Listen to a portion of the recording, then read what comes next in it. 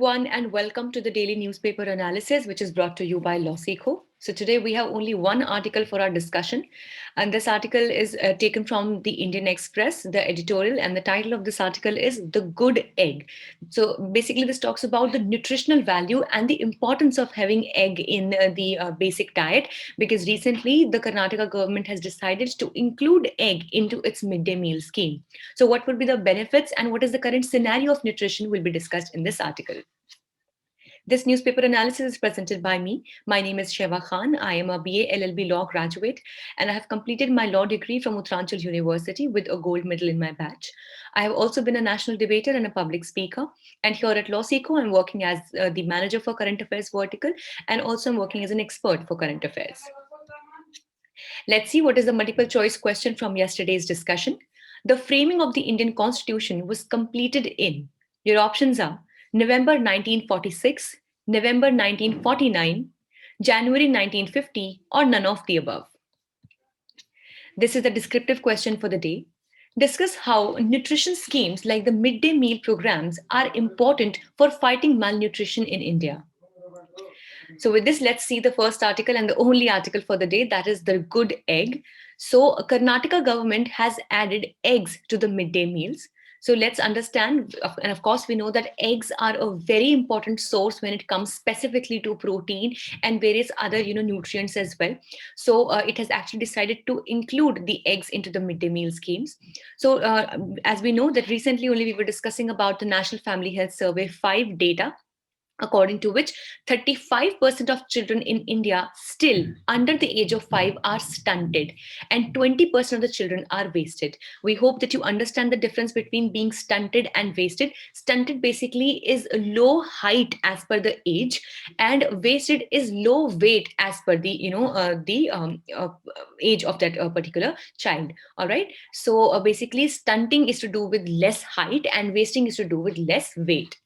So Karnataka is aware of the malnutrition problems being faced by the state, as specifically if we talk about the areas, so stunting in Koppal is 49% and 57.6% in Yadgir.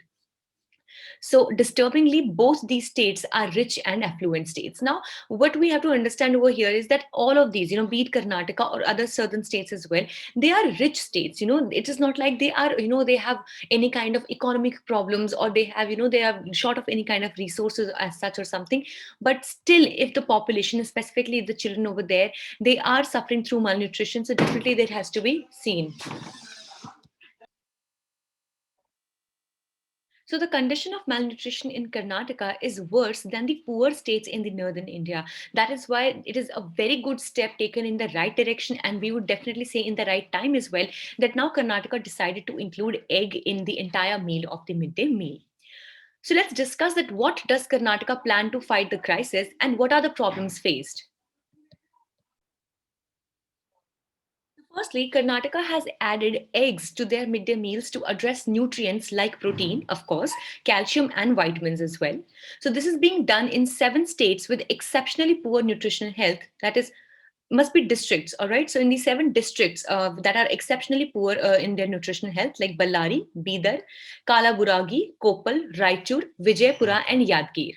So various religious heads have opposed to this stating vegetarian food habits because obviously, in India, the egg is considered a big source of non-vegetarian food, and that is why the protest, the kind of resentment had to come from various religious heads that have opposed that this would actually make the food or the diet non-vegetarian, and they would like to stick to vegetarian food habits only.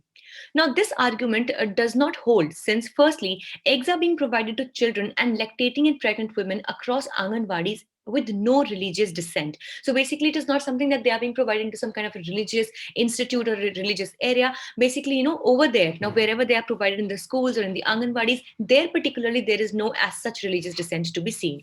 Secondly, for children belonging to vegetarian homes, bananas shall be made available in place of eggs. So basically, we have a kind of, we have a substitute that is available. But yes, of course, it would be even greater if the eggs can be consumed.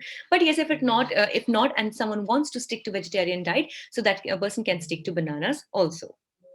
So India has been facing issues of identity and privilege over food habits, which is often being used as a license for violence.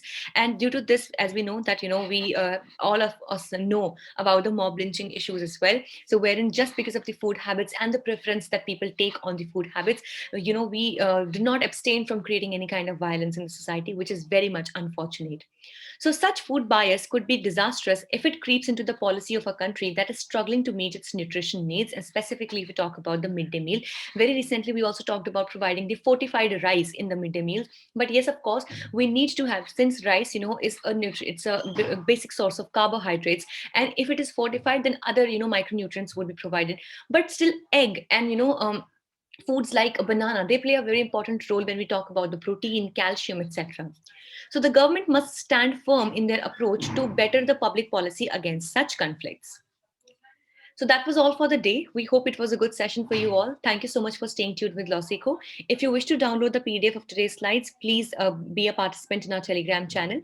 The link is there in the description box below, or you can simply scan the QR code that you can see on your screens right now. Also, for other information, please follow us on our official Instagram channels for Judiciary, CLAT Prep, UGC Net, Law Finance, etc. Thank you so much.